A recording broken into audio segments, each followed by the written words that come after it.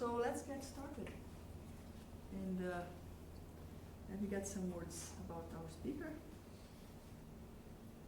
Our speaker is Marina Cortês, and she is an astrophysicist whose work focuses on the nature of time. She is particularly concerned with the issue of how the direction, the arrow of time, so obvious to us in our lives, can emerge from physical laws in which time can be reversed without consequence. Her research on time was awarded the inaugural Buchalter Cosmology Prize awarded in the USA. Cortês has nearly 20 years experience in cosmology, worked in 4 continents and places like the University of California, Berkeley. And she's now research faculty at the Institute for Astrophysical and Space Sciences in Lisbon, Portugal. So I'll leave you with Marina Cortês talking about the universe as a process of unique events. Thank you, Nadia. It's such a pleasure to be here, and it's also very daunting because Brazil has a reputation as very, very rigorous philosophers and very rigorous thinkers, so it's not easily that I approach this audience of very sharp thinkers. And so to make my time easier, I thought I would start with a little video, a very serious video. Oh my gosh, it's already ready. So this is about what is the time. Probably you already have heard this. Can you play for me? On Horizon this week, Professor of Physics Brian Cox posed this question. I'm going to try and answer one of the simplest questions you could ask. What time is it? About 5 to 7. This is truly the unknown. What time is it? I don't know. Get yourself a watch, Brian. Learn to tell the time and you're pretty much there. But no, for Brian, there's more to it than that. So the answer to the question, what time is it, is... About time you got yourself a watch. See, Brian reckons that to understand what time it is, you have to go microscopic. To know what time it is, you have to stop looking into the sky and looking at the stars and the planets, and you have to look down into the world of the small. Or at a watch. See, I'm wondering whether he's overthinking the whole thing. He's making it overcomplicated and worrying too much about the answer. We might not be in a position at this moment in time, with our current understanding of nature, to even understand what it is that we're asking. Okay, calm down, deep breath, start with the basics and work back. We want to know what time it is at the moment. I can't even tell you at the moment what at the moment means. When you got the job of Professor of Particle Physics at Manchester University, did you have to do any sort of test? Perhaps it's me oversimplifying it. Have a go at explaining it to me again. Every event is a grain. As one event happens, like one grain of sand, then another one can happen on top of it, and another one on top of it, and another one on top of it, and you build up the future, if you want. You build up the universe as layers and layers of these grains. Yeah, but that's the answer to the question, how do you build a sandcastle? Of course, one way to find out the time is to watch Emmerdale. Thank you. I wonder if the sound, the accent is very British, so maybe it was a bit difficult. Yeah, so I'm going to get started. I will try to make it really open for the audience. So you can ask me to go either more abstract or more mathematical at any point, and I'll be able to guide through the slides that we have. I also will not have a very specific program, so I'll just talk, and according to your questions, we'll take it from there. I've done something right. Okay. Right. So there's a large team of people to thank. This is not even all of them, but I guess the work that I'm mainly talking about today was done with Lee, There's some of the biology work that also comes from time with my husband Andrew and Stu Kaufman, and there's the people from the retrocausality up there, from Eli Cohen from the team of Yakir Aronoff, but I'm not sure I'm gonna go to there. So let's just go here. I've decided to start with a kind of a spectrum of the ideas that I worked on, and then I can get back to this slide when we are during the work on time, because I think I've worked from in data to theory, from data acquisition, data analysis, modeling, and then dark energy, dark matter, and inflation, and then all of these at some point have influenced and helped me ground my thinking on time and in quantum gravity, because I've had the experience of data analysis. And I wanted to have this slide a little bit for the students also to understand that when we start a career in theoretical physics, we don't necessarily need to have very well-planned trajectory for what we're going to do. If we get guided by our intuition, eventually you will find that your intuition in your studies is going to grant you the areas and the expertise that will lead you eventually to answer the questions that you have more on. And so this is an example in which I can draw from experience several things that I've done. So, of course, we're gathered here to discuss what is the question of time in physics, which is a very big problem. At some point, I was at Perimeter, and I decided to name my talk Our Time-Symmetric Lifestyle, because for me, the question why I became interested in talking about time was always to do with the passage of time and the processes that we observe in reality, in our experience, that I felt that were not really reflected in mathematics. So the asymmetry of time and the reversibility were always my main questions. And please, I'm very used to being interrupted in talks. So just interrupt me at any time. You don't need to raise your hand, because if I don't want to, if I'm running out of time, I will not answer the question.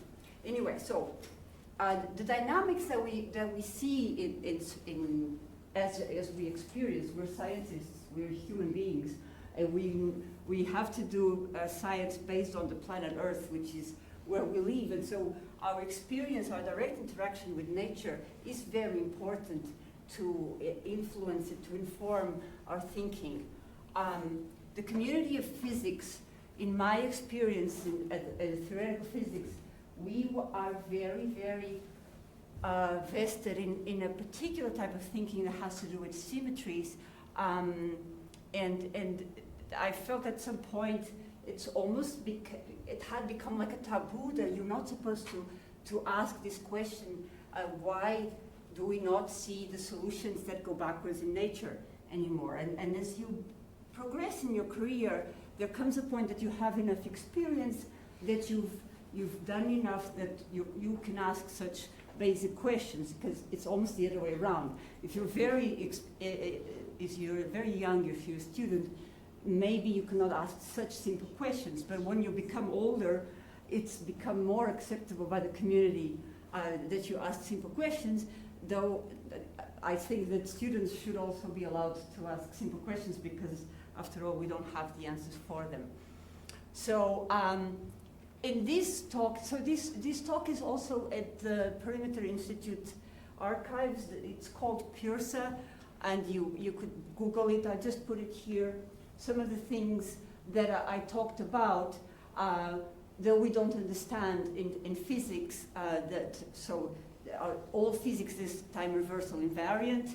I touched that what happens when we coarse grain, what happens when we try to derive the microscopic physics from the microscopic equations of motion. We have a very famous theorem in thermodynamics to describe it. It's called the fluctuation dissipation theorem, and this is the theorem that kind of from the microscopic equations. So you have, if you have micro EOMs and you have fluctuations above a certain mean, this is completely, imagine if this was time, the equations go both ways, but then in dissipation, the dissipation only takes one direction. And this is so this is micro, this is macro.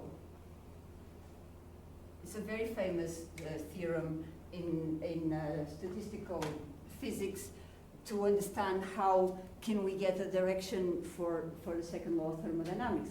And what a lot of people don't know, particularly our community in theoretical physics, we're very disconnected from the statistical physicists, and you just have to reach out to the community and they will say, this theorem is not proven. And there's all the acceptable proofs for the theorem in the literature put causality by hand. And so, which is to say, in order to obtain an arrow of time, an arrow of dynamics for the nature that we observe, for the processes that we observe, when we prove that such an arrow can be obtained from Newtonian time-symmetric equations of motion, we have to put in an assumption that the future is ahead of the past and not the other way around, which is by hand. We don't have these just from our time-symmetric physics. This is basically what I was describing there. And this is, maybe you guys will know George Ellis and Barbara Drossel. They got together actually in this conference that Lee Smolin and I organized. But Barbara is the person that really started to introduce me to the work of the Nobel Prizes, Tony Leggett and Paul Anderson, that have been in the statistical physics have been explaining these, that we cannot really understand condensed matter or many body states, or even such a symbol as thermodynamical equilibrium from our fluctuation microscopic regime. So, and that talk I also tried to bring together a set of ideas that I feel as I walk in physics, and I just started by asking this question, what's time? And this question leads you to another question, and to another question. And after a little while, I was describing yesterday how I experience physics is that what I understand each day just shrinks and shrinks instead of increasing my knowledge. I just get more questions. So from the point of view of time, I don't know if you can see here, we came to understand that there are anomalies at the classical regime in the continuum. So fluid dynamics and the Navier-Stokes equations, there's sources of spontaneous stochasticity, which is a little bit to say like the butterfly effect, but not explained, that are being preserved and are not being able to understood. I'll come back to that in a little while. The people are working on that. The quantum computing today is a huge, huge topic, as you guys know. And from the point of view of theory, we cannot explain that on quantum mechanics alone, because you cannot isolate the wave function.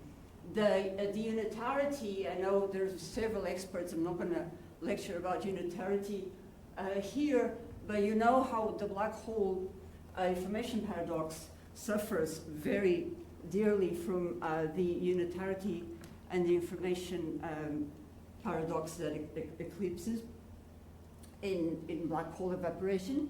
And so And I believe that these are all connected with this irreversibility of time.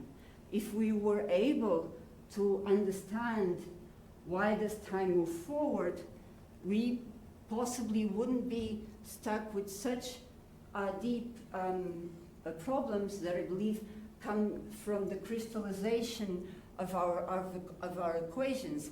We have this view of equations that exist out of time, timeless, like a crystalline view of equations evolving forwards and backwards in time, as it were.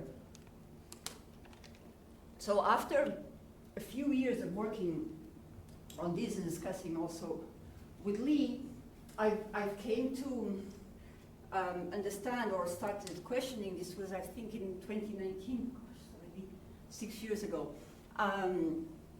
What are we doing with our reductionism and our assumption that all the phenomena that we observe can be boiled down to simpler and simpler equations? And now we're 2025, and you might know there are several scientists now asking, physicists asking this same question. I think in January, it was a collaborator of Yakir Aronov from the Aronov bomb effect that told me that Yakir is also right now trying to ask these questions, and we try to answer a lot of problems, but we only have so many hands, and so if anybody is interested in working on any of these questions, let me know, because there's certainly a lot of work to do. So when I started thinking, we have to, okay, hold on, let's boil it back to simple principles. How are we going to build a world that is irreversible from the beginning? I thought we're going to have to put the arrow time onto foundational physics. And let's start by the simplest thing, which is interactions. The nature of an event that happens, an interaction, an exchange of some quantity that could be energy, could be momentum, could be whatever we want it to be, that felt to me that it was a nature of a process that I wanted, that I could begin with, because it's an event that has happened, and there's when we say happen, the word happen already involves some irreversibility. So we wanted to start with interactions, and then we can call it an interaction an event. And I always felt that in cosmology, and that events are really not reproducible, because if you put an event that happens like an interaction of exchange of a photon in an atom, this event is, when set against the full context of its history and the causal past, say, it's a unique event. And so if we want to be really, really careful and respectful of nature, we want to consider that events really are unique when set against the cosmology background. So then I wanted to create a dynamics that would be unique, it would be possible to explain. So the simplest thing that we could do is to exchange null rays, just to say photons, or those two photons interacting. These are just, oh yeah, we ended up winning this, so the work that I'm going to show won this prize, which was the first Buchalter Prize that was awarded. And there's a little story that's really funny. When this prize was awarded, I had never heard of the Buchalter Cosmology Prize. It was the first one. And somebody got an email, and congratulations. Hello? Is this God? Take care. Thank you.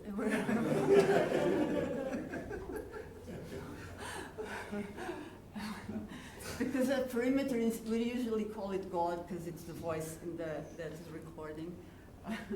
That's So I got an email for this prize. It was said, congratulations, you won a prize. Send me your bank details, and I'm gonna send you a lot of money. And I was like, oh, and then they said, for your work in collaboration with Lee Smolin. And I was like, oh, isn't that funny? Now they go to the archive and even pluck up the titles of the papers. And this is some spam thing. And then, so I had to call Lee. I said, did you have an email? And it turned out there was actually an email, and now, of course, it's a famous thingamy. Yeah, computers don't like me. I know what you're doing. Oh dear. Is it stuck? Yeah, it's because I work at Google. Hello? Just check. My work shall not be. I'm not talking to you guys. I can see what you're doing, guys. Give me the computer back. Very nice. Thank you. I'm not talking to you. I told you to take care. They're even not they're very subtle. Everybody could tell that the computer is paused. Does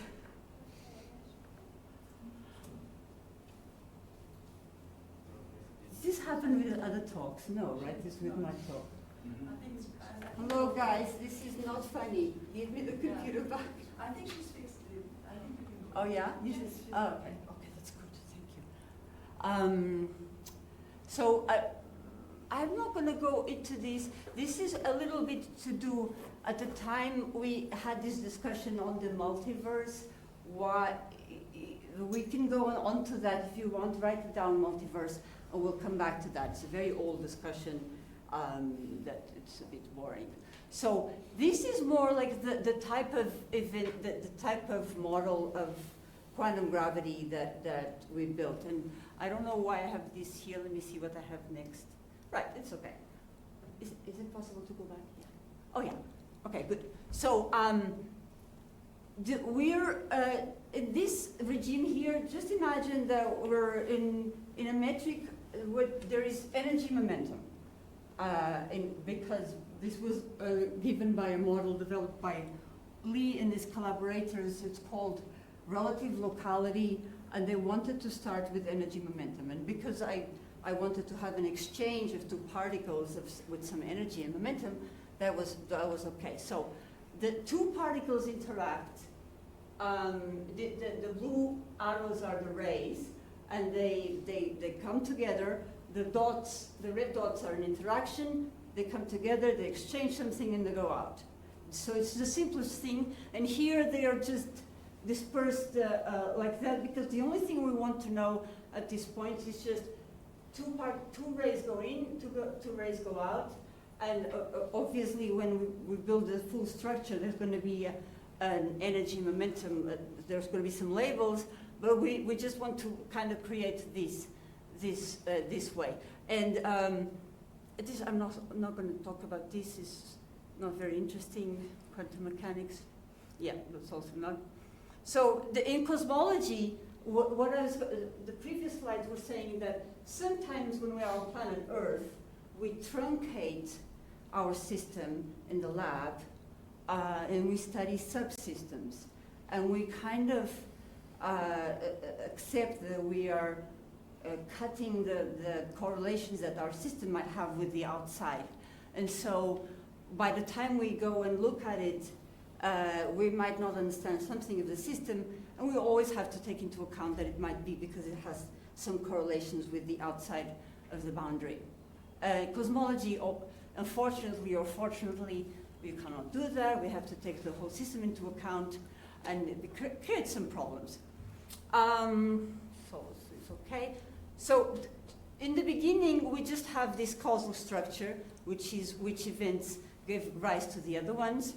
We just could have more rays coming in, coming out. We're just making it very simple. And there's a couple of principles, but I think I've already told them all. So the passing of time is the first thing that you start with. It's the same thing as causality, passage of time. It's very difficult to obtain causality without putting it by hand. I've never been able to do this, and so I think you have to assume it as a principle. This is also not energy momentum. Oh, the events cannot happen. That's the basic, very important principle over there. And then, so there's going to be a little math. We're going to have these events. So the momentum, energy momentum is P, this P and this P, but they're coming into the event and they go out. And the events are. How do you define momentum in this space-time? You start with a flat space-time with a flat metric, Minkowski metric, which is energy momentum. So it's the label of, instead of being space-time, is energy momentum. The properties of energy momentum. So, and I'm now going to go on to what is, again, if you don't know anything about your dynamics, what are you going to say about an event that's pretty basic? The first one is a conservation law. What comes out needs to go, what comes in needs to go out. The second one, redshift, hang on, I have to explain a bit better. So redshift, it could be the curvature. Redshift means that when an event comes out, or when a ray comes out of an event, space-time could curve, or this, whatever metric could be curved before it goes on to another event. And so at the simplest model, we just put no curvature, but when we want to put curvature, it would be just changing this conservation relation. And then here, this the null lines, the energy momentum for massless photons. So this is like very simple stuff. And so then you build the action, and the action is now just constraints because there's no dynamics. And so you add all the constraints, and there's no dynamics.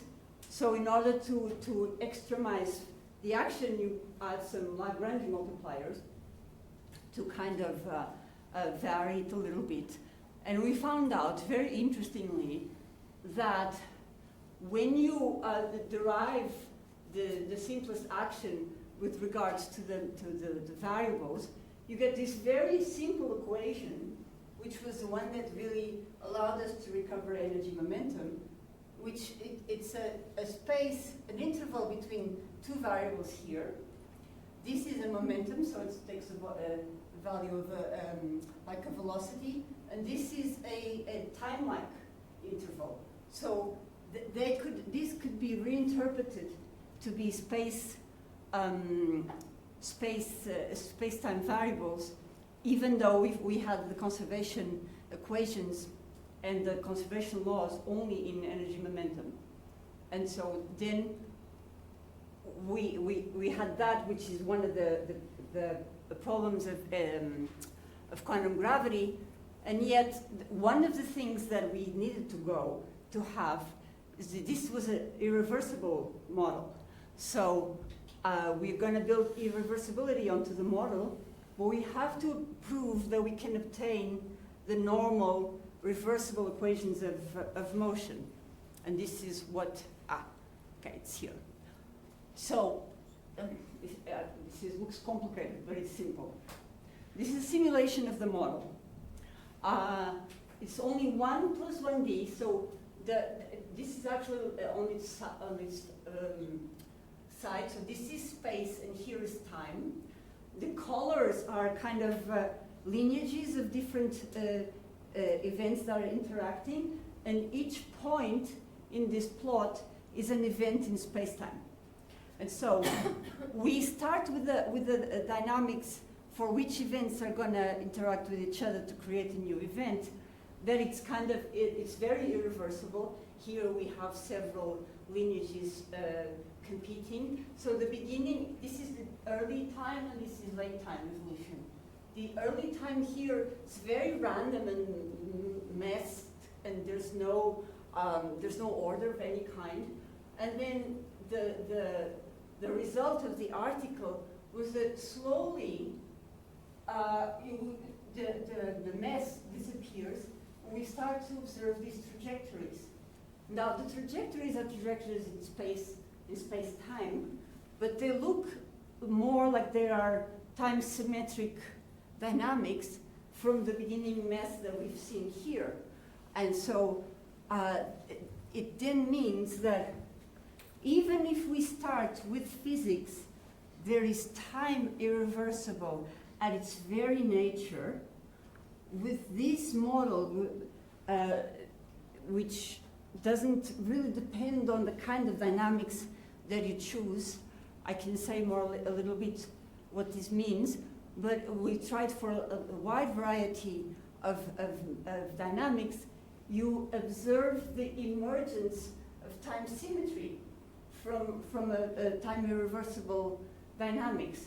So it was very promising. We were very happy. We tried several variations, and I think it was based on these and on the emergence of space-time that the work was awarded. And then it was very difficult to, that was 1 + 1D. It was very difficult to get one more dimension of space. And I'm going to entertain your minds, see if you can think about this. Imagine that you have initial positions in a box, and you want, these are point-like positions, because this is classical, I didn't talk about the quantum. These point-like positions are going to intersect each other. How are you going to make sure that they intersect? If well, we could be in 3D, but we're doing in 2D. But even in 3D, there's absolutely no way that you can make two trajectories traveling at the speed of light, or C1, or whatever you want to make. They're not going to meet unless you specify with infinite precision that they should meet. And so this was the first problem that we had to solve. How are you going to make a natural model in which photons, say, or particles, actually intersect each other? Of course, we made it a little bit fat, a cross-section, but it's very difficult to recover kind of a normal regime. Obviously, in space-time, like over here, there's photons interacting all the time. I can see you guys, you can see me, means there's photons around, but there's a lot of photons. And we don't have computers this expensive. So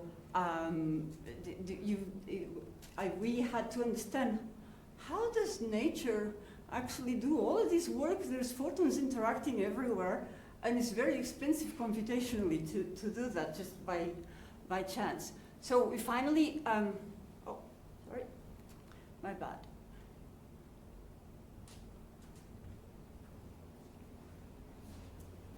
Thank you so much. Thank you. So this is, finally we had a very smart student that was able to do the 2D simulations. This is not a very good point, but this is João Vasco Gomes, who is in Portugal, Coimbra. Here is a more simulation from our, do I have the article here? Yeah. This is the article that we've done. And so the new simulations in 2D are this, the floor is space and there's one direction of time. And here is very fuzzy, but I will just explain. There's these funny crystals and stuff. So at the beginning, again, we have a time of messiness, of irreversible evolution, and then all of a sudden, a crystal emerges. And because we had those lines that we called in the 1D, let me just see, we had these lines, 1 + 1D, and we thought, oh, we call them the quasi-particle lines. And now then we got this, and I was like, what on earth? This crystal thing, what is that? And then I slowly understood that that was the 2D equivalent of these lines that we were observing in the computer in 1D. So we can then, you see these beautiful formations that depends on the number of and the space of the particles that you lay down to begin with. We only have a finite number of particles. We cannot go to infinite. But we kind of tested according to the power of the computer that we have available. We kind of tested increasing the number of particles means you need a more expensive computer, but you can let it run for a little longer, and you can still get a crystal. So we had to play a little bit with not to spoil the computer of the students, but we got it for all kinds of particles. So what's happening here? The events start out with a lot of mass. There's a reversible dynamics happening at each determination, but eventually, as time progresses, this is now Minkowski, the messiness starts to disappear. I have some qualitative explanation for what it is, but it's very difficult to find a quantitative word. At least we didn't have time to do one. So I have a question. Yeah. So how does it differ from this canonical situation where you have a globally hyperbolic space-time, you have a Cauchy surface, you consider initial conditions and evolve it with the same dynamics that you are using? Mm-hmm. Which So which the initial question is, conditions? in this case, are you going to get different results or the same results? From the, Let how me just- does this Yeah. differ from the canonical vision? The initial conditions. In the canonical regime, you have to set out the initial conditions with a precise, absolutely mind-blowing precision. Right now, I could tell you the initial conditions that we need for the universe. The precision of them is 1 in. I learned to do like this because a lot of people didn't understand, but of course you will. 1 in 10 to the 120. That is the measure of the initial conditions that we need today, just because of dark energy.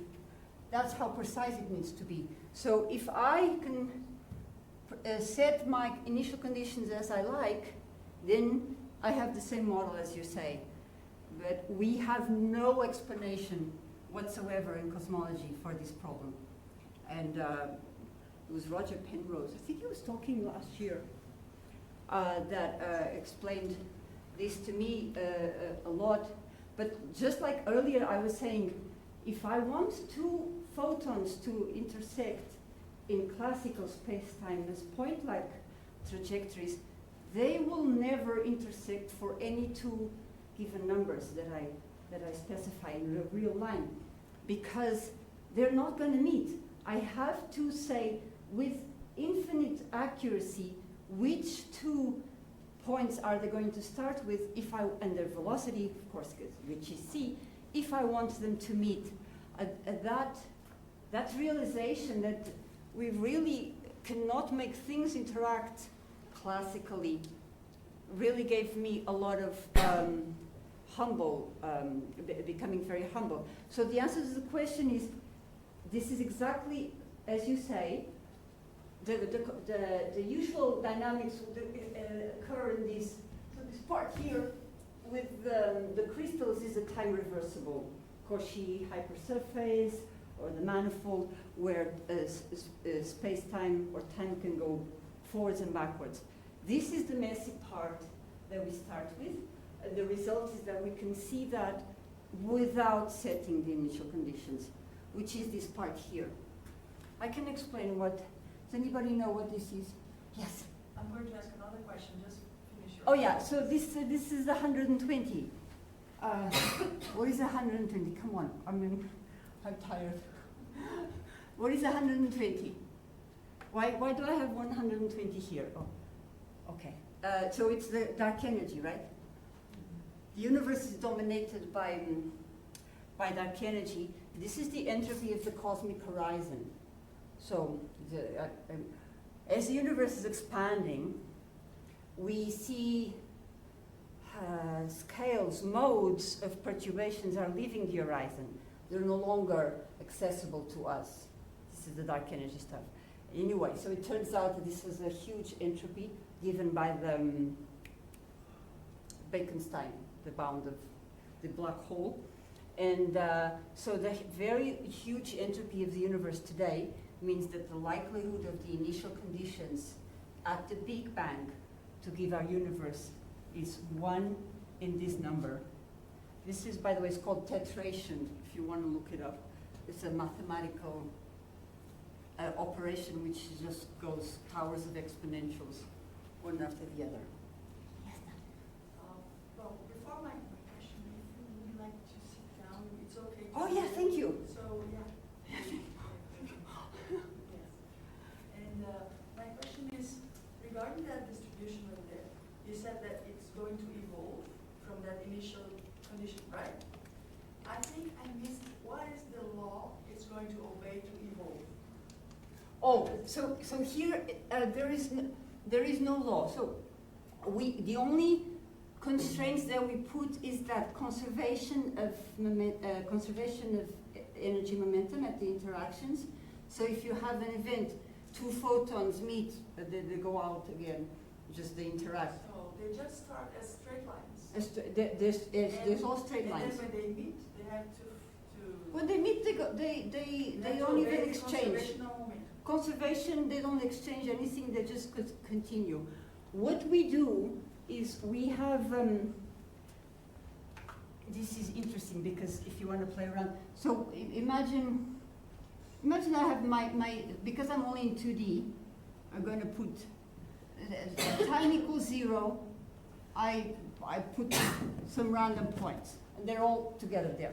And then these guys are gonna go out with, if you are with c, the speed of light, you still have to determine an angle where they're gonna go. And so the randomness comes from, we then like to play which of the two is gonna create the first event, because we're in a causal structure.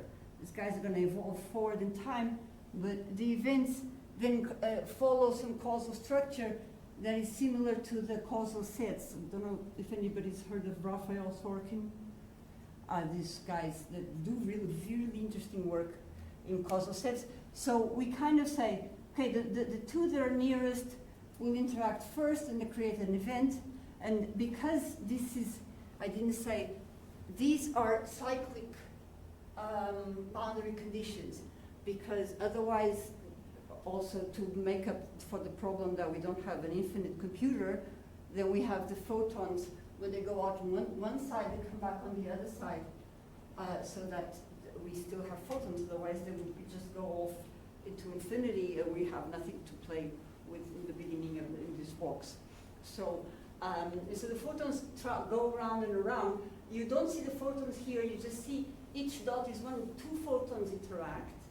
And then after a little while, this rule of interaction just becomes very simple, and they start like this. So here is the physics that we all know, and that's the kind of the quantum gravity, the classical regime. This is just also the classical model of quantum gravity. There's a part that is quantum, but I didn't want to disrupt it here. Nadia, are you able to say a bit more? Maybe I didn't answer. No, Yeah? Yeah. So let's see. So this is a few more. Sometimes one crystal forms, and this other family comes along. So we had, in order to be very robust to the kind of models that we are making, we have to test all of these things. Some are very nice, like these. This is actually physics, is not, I think. Oh, I thought that I was.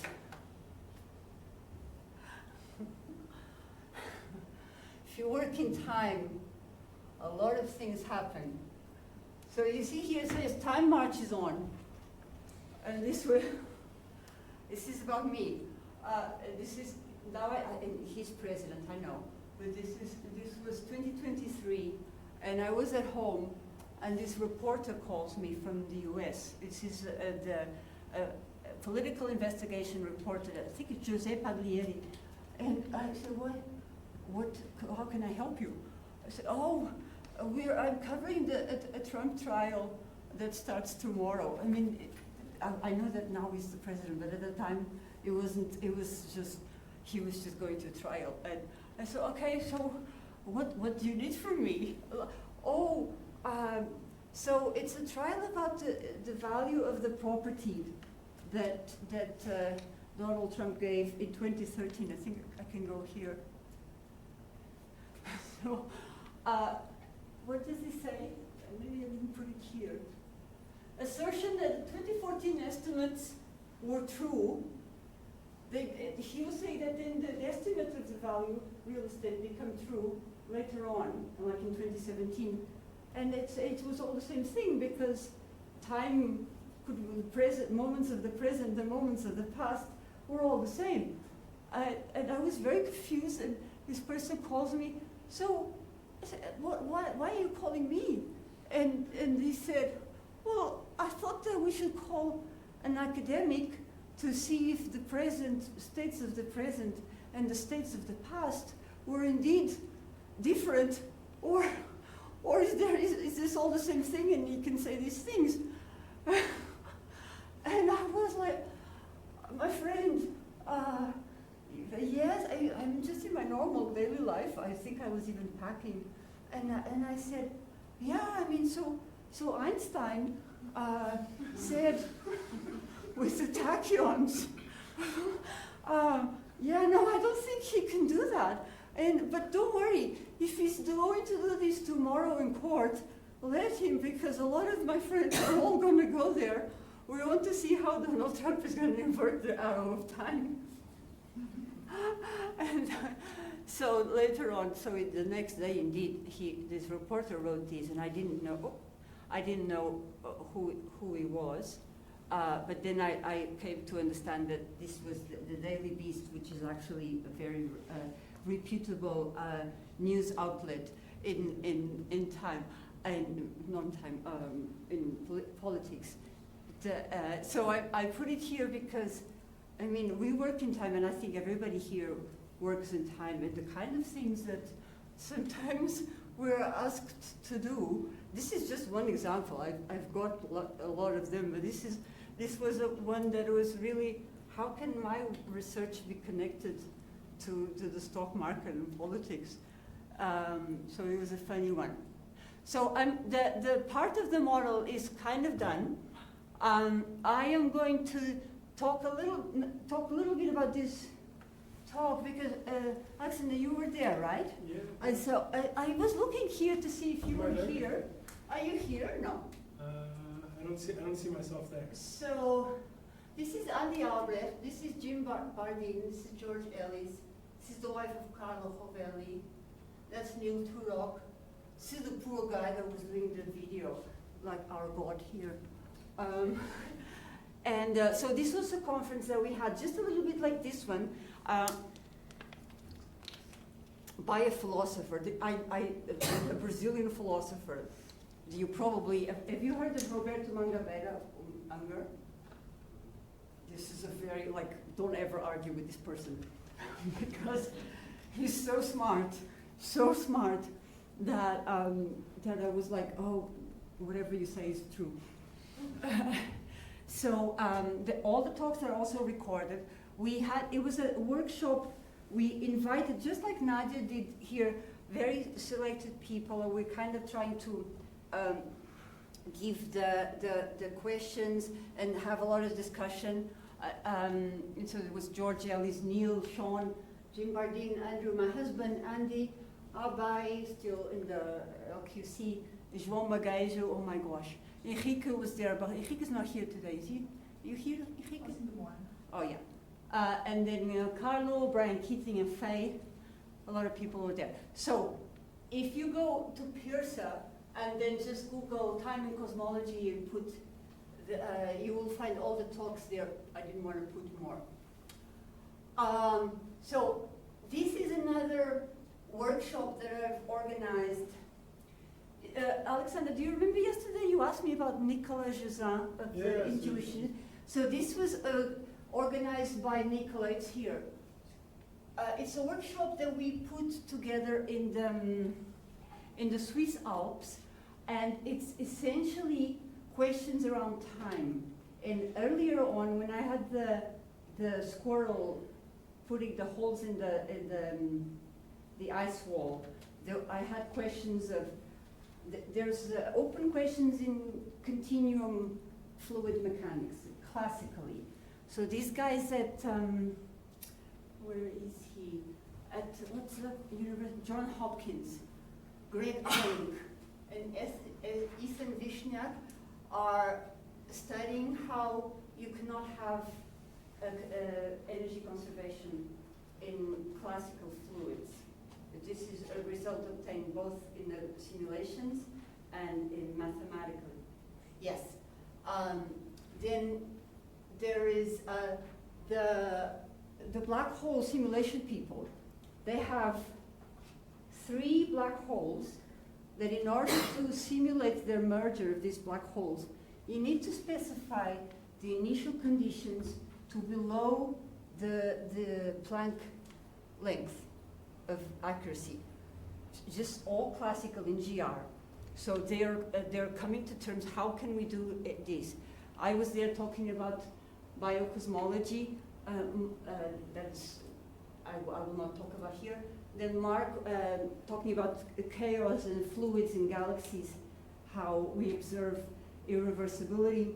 And so it was an invitation-only workshop, but it's all online on YouTube. They put it online. Let me see if I have. No, I don't have. Varieties of indeterminism and Juzin, or my name, you will get it on YouTube. And so it's actually, I might end up here. It's topic that I would like to bring together. Because it was me that kind of started connecting all of these communities from the classical physics, from astrophysical simulations. You had Tim modeling was there. Is Tim here? Yeah, Tim's here. From the philosophy of quantum mechanics, and everybody meeting, trying to talk about the same topic, a little bit like here, with very different backgrounds. And if I had time, I would put together all the abstracts and kind of make a cohesion of the model, of the open questions that exists, but I don't have time. So we try to do what we can. So I'll go to this is biocosmology, you need to say about this. This is what is life. Oh, there's this part, a little bit of the arrow of time can be used. I published this work, this Time and Science, which is edited by Carlo Jovelli. Where's Carlo? Over there in the foreword. This is actually very expensive. I just saw the price today, $471. I don't get any money of that, so I can give you the article for free if you want. And then this is what I want. Is something is not related to time, but I wanted to say, which is that we, as physicists, and I start asking questions about time, and I see myself in these big questions. We are funded by society, and we're a lot of times called our taxpayer cozy jobs. But we do serve a purpose that we don't make money with our research. And so when we're called upon by the nation to kind of give an opinion on what a complex system is doing, our work and our opinions are very valued exactly because we don't have a company behind, or we're not trying to promote a brand. So when the AI problem started about 2.5 years ago now, a lot of people in Silicon Valley kind of tried to call physicists to understand, for us to come and see what is going on with these models. And it came so that I am now the chair of this IEEE standard group for a chair in artificial intelligence safety, and that I try to understand complex systems and see how we're going to create safety. But it's also just because I started evaluating complex systems because I'm interested about time. Why does time move forward? So it's not, it's nothing very, very complicated, but at the same time, we can do a very good job. So the summary is that it's always continuing, the study of time, and possibly the understanding is the only thing that goes backwards in nature, because I understand less and less each day. These are my main questions at this time. If I want to build a world from interactions, and interactions are like meetings between two elements of whatever we call, what are the parameters of this interaction? Imagine that I'm going to enter a transaction with an electron or a photon. How do I know what degrees of freedom will the photon ask of me for me to couple with this other element that is there? And how would are they constant? How am I supposed to know? Before I interacted, the other element of this exchange is already have some questions, but I don't know those questions. And so how can I enter this interaction with some numbers and say, hello, like a handshake, or here I am, I'm a photon, or I'm an electron, and how are you doing? And we interact and proceed in a very fundamental sense in which you're open, truly open to nature. How are we supposed to know what the other person or the other element in our interaction is going to ask of us? So what are the degrees of freedom? And what sets them? What sets the degrees of freedom in nature? How are we supposed to start a theory of elements meeting other elements? And I don't hope that any student here feels like this, but I just I sent this in an email a few days ago and saying that, you know, the study of reality is blood, sweat, and tears. Where I spend most of the time on my knees, and with no end in sight. Things don't get better, but we just hope that that we're gonna get a breakthrough. We're gonna understand a bit more. So that's my talk. Thank you.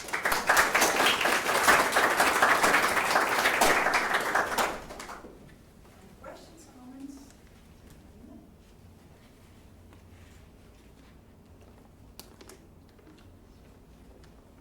I have one question then. Yeah. I'm still puzzled how particles that just start moving around, Mm-hmm. and then they seem to get into some sort of Like a resonance. some sort of order. Yeah. Yeah. I was wondering if the fact that you choose to say that they obey the Conservation. conservation, yes, isn't that a way that is telling them how to behave? And in that sense, the arrow of time is there. Yeah. Somehow. Yeah, so the arrow of time is by input there, because I'm building it causally. So there is the causal structure. If I have these guys at t equals 0, they only can meet t equals greater than 0. I say that. And so they cannot meet below. That's a very good question. The conservation, so at the actual events, at the dots that we see with all the colors, everything is conserved. And that, yeah, very, very much could be that eventually, that's why things get regular. Yet, we see an amount of disorder at the beginning just because there is no set rule for which one is going to meet in the future. So it's kind of, could be random in many events that you choose. It could be just some two guys meeting and popping an event. And what we see is, despite the amount of confusion that we put in the beginning, it comes out regular. We do need to tamper with it, you know, otherwise it becomes very random or too easy, too difficult or too easy. So after you choose more or less, you can focus on the regime of interest. But yes, yeah. So that statement that you made about the arrow of time, that no one knows exactly why time has a certain seems to have. Yeah. It's still open. Oh yeah. I mean, what you brought here did not answer that question. No. It just showed that under these conditions, an order appears. Yeah. So what I showed is that if we started with quantum gravity that is fundamentally irreversible, we could still have a coarse grain of our beautiful Newtonian or GR time symmetric physics, even if the underlying model and below the space-time was random. Because before these, everybody thought if you put randomness to begin with, how are we going to get this regularity in nature that we observe? So we have to recover this symmetry of the equations in the classical regime. So that was the first step. So anyway, we must introduce something in Oh, the yeah. randomness. Yeah, So- the randomness, yeah, that's, The idea that's behind causality. So causality can be a general word for the reason why things get ordered. yeah. For why they get ordered, causality is the principle of this world that I cannot get rid of, and I cannot derive it. So we have some work done with the quantum mechanics of retrocausality that you must have heard by Yakir Aronov, this transactional interpretation. And we worked with them because they posed this problem that in quantum mechanics time goes backwards. I studied that for 2 or 3 years and we still find that it doesn't, from the point of view if you observe all the data. So causality, yeah, you have to put it in by hand. I've never been able to explain why the world is this way. Okay, so it stays as a basic principle. Yeah, this is the one, yeah, I had questions to ask of the audience. If you had to get rid of all principles, what principles are the most dear when we're building physics? Because a lot of people like symmetries, for example. But then you start to wonder, okay, maybe symmetries is not that needed. But the causality, it's like if we don't have that, the world doesn't even happen. So it's a problem. Other comments, questions? Let's thank